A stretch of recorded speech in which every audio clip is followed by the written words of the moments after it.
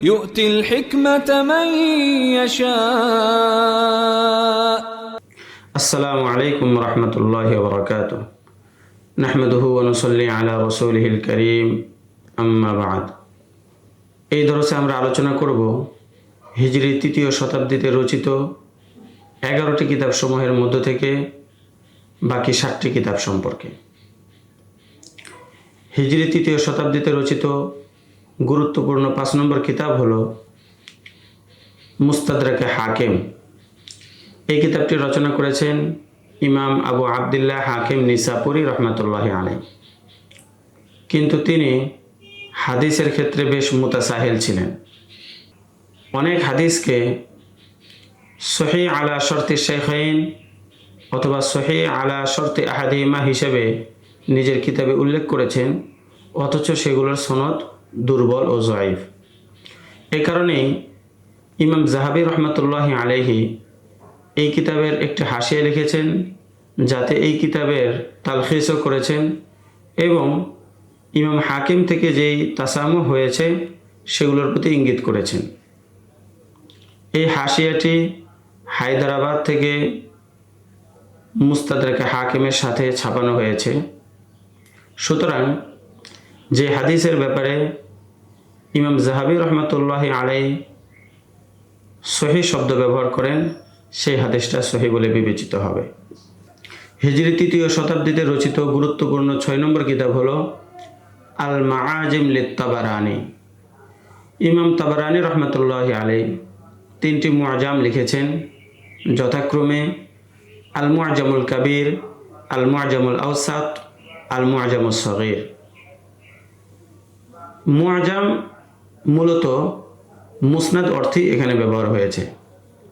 তিনি আল মুআজামুল কাবীর কিতাবটি রচনা করেছেন সাহাবায়ে কেরাম রাদিয়াল্লাহু তাআলা আনহুমদের নামের তারতিবে।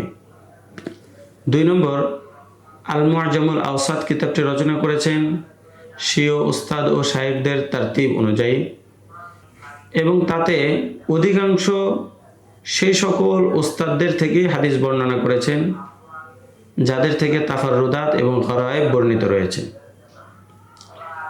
3 নম্বর কিতাব আল মুআজামুল আওসাতের মধ্যে তিনি তার প্রত্যেক উস্তাদ থেকে এক একটি হাদিস বর্ণনা করেছেন এবং বেশিরভাগ সেই সকল উস্তাদদের থেকে হাদিস বর্ণনা করেছেন যাদের থেকে তিনি শুধুমাত্র একটি হাদিস শ্রবণ করেছেন।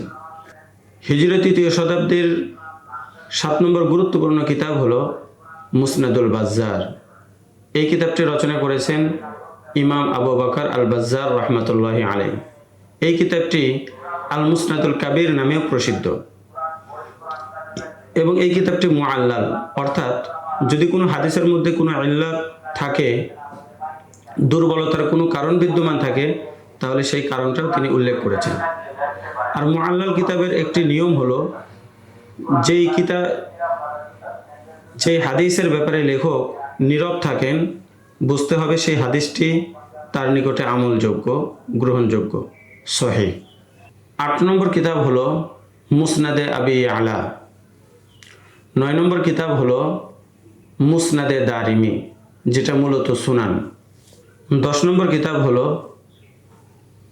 আস-সুনানুল কুবরা লিল বাইহাকি। এই কিতাবটি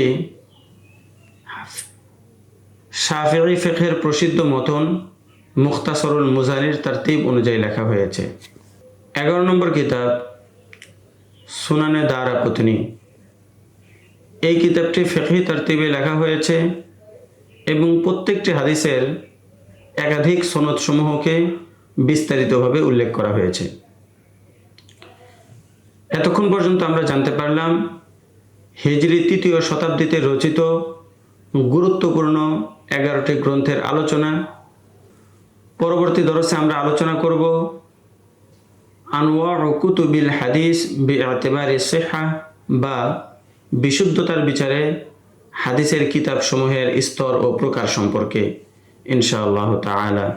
আসসালামু আলাইকুম ওয়া রাহমাতুল্লাহ। ومن يؤت الحكمة فقد أوتي خيرا كثيرا وما يذكر إلا أولو الألباب.